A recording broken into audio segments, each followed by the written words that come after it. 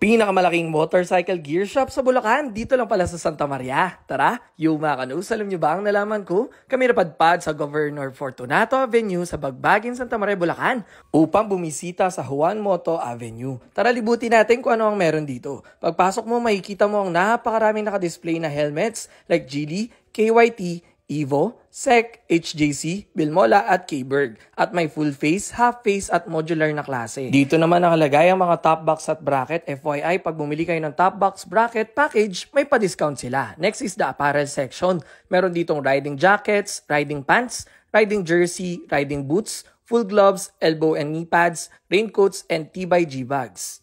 Kaya kung ito ang bibili nyo, sure akong talagang pormado ang ayos nyo. This corner naman makikita mga ilaw at busina na iba't ibang klase. Meron din silang race power shocks for iwas tagtag at dagdag comfort sa motor. Motorcycle care products na panglinis ng helmet, pang change oil at iba pa. May mufflers din na naka 20% off pag bumili kayo. And sa labas naman makikita mga wheels na free installation, free pito at free sealer. Meron din silang intercom na mabilis ma-sold out dito. May mga phone holders din na available.